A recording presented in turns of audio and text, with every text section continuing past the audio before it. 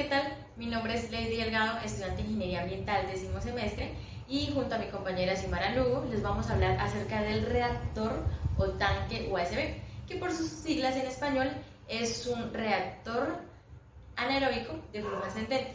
Este generalmente es utilizado en el tratamiento de aguas residuales y en las plantas de tratamiento de efluentes industriales.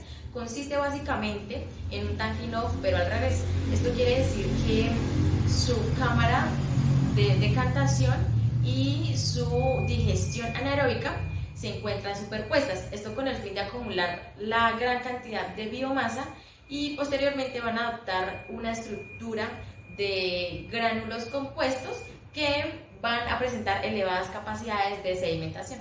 Como decía mi compañera, esta tecnología proveniente de Bélgica y Holanda se utiliza en aguas residuales con alto contenido de materia orgánica. Este tanque, por medio de un proceso, por medio de una degradación de aguas residuales ascendentes, separa lo que es el efluente tratado, la biomasa y el gas que se genera durante el proceso. A diferencia de lo que el tanque es in-off, que requiere un personal profesional para su operación y mantenimiento. Este tanque o este reactor se utiliza generalmente para poblaciones de menos de 5.000 habitantes. Muy bien, ahora conozcamos el funcionamiento del reactor. En cuanto a su funcionamiento, el reactor está compuesto por tres zonas principales. La zona 1, el lecho de lodo; la zona 2, la manta de lodos; la zona 3, la zona de bajo nivel de turbulencia. De esta manera, las aguas residuales fluyen hacia la superficie tras haber entrado al tanque por el fondo. Luego de esto pasa a través de un lecho de lodo denso y de elevada actividad. El perfil de los sólidos en el reactor varía de muy denso y con partículas granulares de elevada capacidad de sedimentación, cercanas al fondo, es decir, el lecho de lodos, hasta un lodo más disperso y liviano, cercano al tope del reactor, es decir, la manta de lodos. La estabilización de la materia orgánica ocurre en toda la zona de reacción, es decir, entre el lecho y la manta de lodos, siendo la mezcla del sistema promovida por el flujo ascensional del líquido y de las burbujas de gas.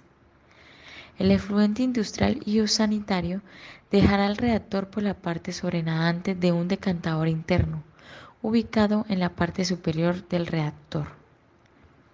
Un dispositivo de separación de gases y sólidos ubicado debajo del decantador evita que el flujo ascendente de los gases que se forman en los procesos de estabilización carguen las partículas que se desprenden de la manta de lodo, permitiendo que éstas se retornen a la cámara de digestión en vez de ser arrastrados para fuera del sistema. Tras varias semanas de uso, se van reuniendo gránulos con más grandes de lodos que hacen como filtros de partículas más pequeñas, al ir subiendo el efluente por la capa de lodos. Dada esta ascendencia del efluente, los organismos componentes de estos gránulos son acumulados, mientras que los demás son trasladados por el flujo.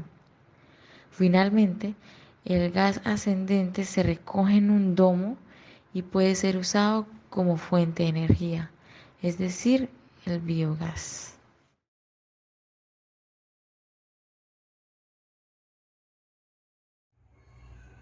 Dentro de las ventajas de los reactores USB podemos encontrar un alto grado de estabilización del efluente, una baja producción de lodos, una menor necesidad de nutrientes.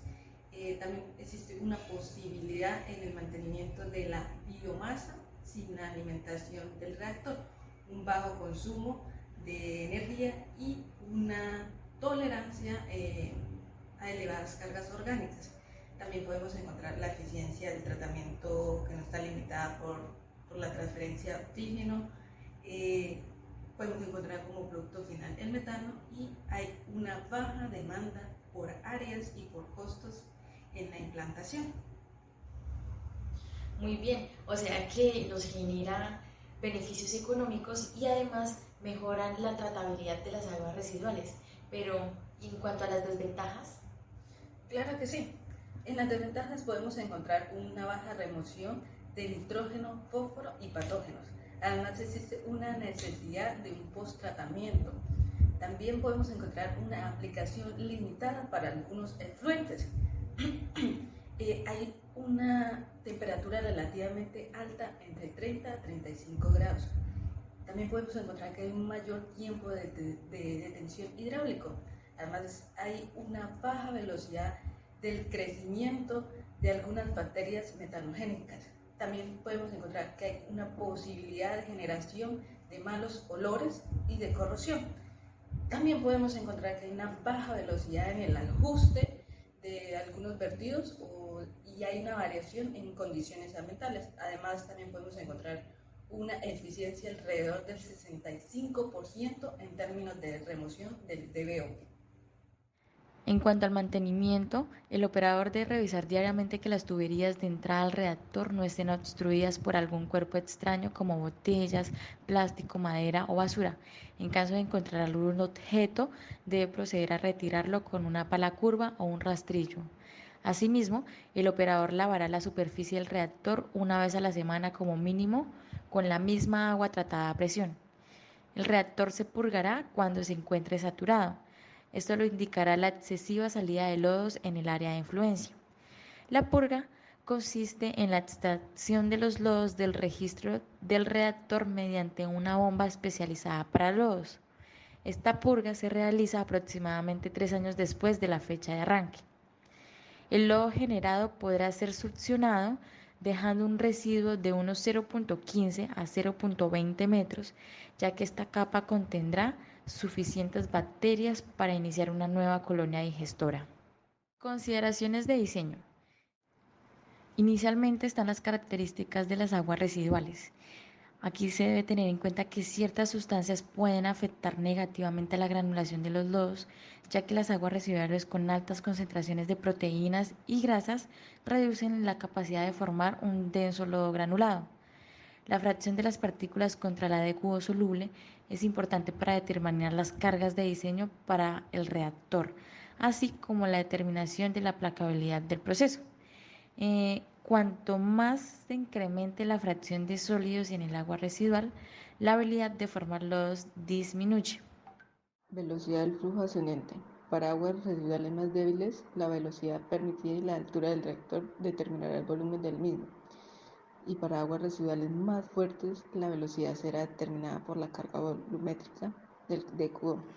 En el volumen del reactor y dimensiones se deben considerar la carga orgánica, la velocidad superficial y el volumen efectivo del tratamiento, para así poder determinar el volumen requerido del reactor y sus dimensiones. En cuanto a las características físicas, las principales requieren una cuidadosa consideración. Una es la alimentación de entrada, otra es la separación y recolección del gas, únicos para el UACB. Otro es la retirada del efluente para promover una distribución uniforme y evitar el acanalamiento y la formación de zonas muertas. Esto es importante cuando se tratan aguas residuales débiles, ya que se puede tener una menor producción de gas y una mezcla del manto de lodos. Por otro lado, un número de tuberías de alimentación se colocan para dirigir el flujo a diferentes áreas en la parte baja del reactor.